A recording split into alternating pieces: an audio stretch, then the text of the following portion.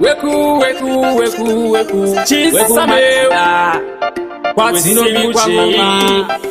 ndinobata ngoma kunge ndasvikirwa ukatambira mudhuzi chenjera uchamarwa kwandabva kure regedza ndishaure ndichawati rest in peace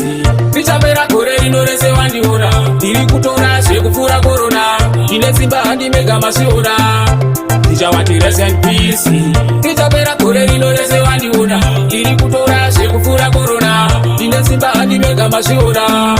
ndau yako ngoma dzine kaukuru wakaita fani ndowatsura nduru ndoda wazive ndiri munhu mukuru ngawazondigwadamira tatekuru waneka unuke masatanisi havafare kundiona ndiri balisti ndipe kunomvura ndiwasuke chesti zvimwe kuda mwoyo yavo ine dasti ndichawati rest in peace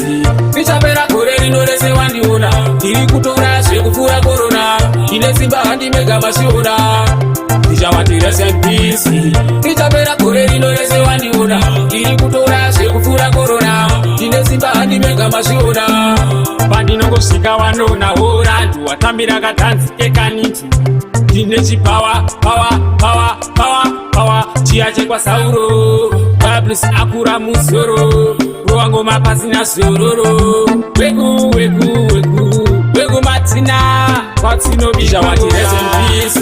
richapera gore rino rese wandiona ndiri kutora zvekupfuura korona ndine simba handimega masiona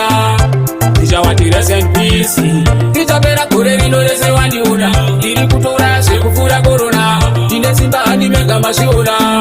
ndau yako ngoma dzine kaukuru wakaita fani ndowatsura nduru ndoda wazive ndiri munhu mukuru ngawazondigwadamira tatekuru waneka unuke masatanisi havafare kundiona ndiri balisti ndipe kunomvura ndiwasuke chesti zvimwe kuda mwoyo yavo ine dasti ndichawati rest in peace richapera gore rino rese wandiona ndiri kutora zvekupfuura korona ndine simba handimega masiona ndichawati rest in peace richapera gore rino rese wandiona ndiri kutora zvekupfuura korona ndine simba handimega masiona pandinongosvika wanona horandu watambira katanzikekaniti ndine chipawa pawa chiya chekwasauro bablis akura muzoro rowangoma pasina zororo weku matina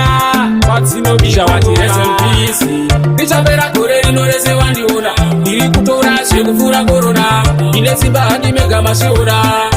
ndichawati rest in peace richapera gore rino rese wandiona ndiri kutora zvekupfuura korona ndine simba handimega masiona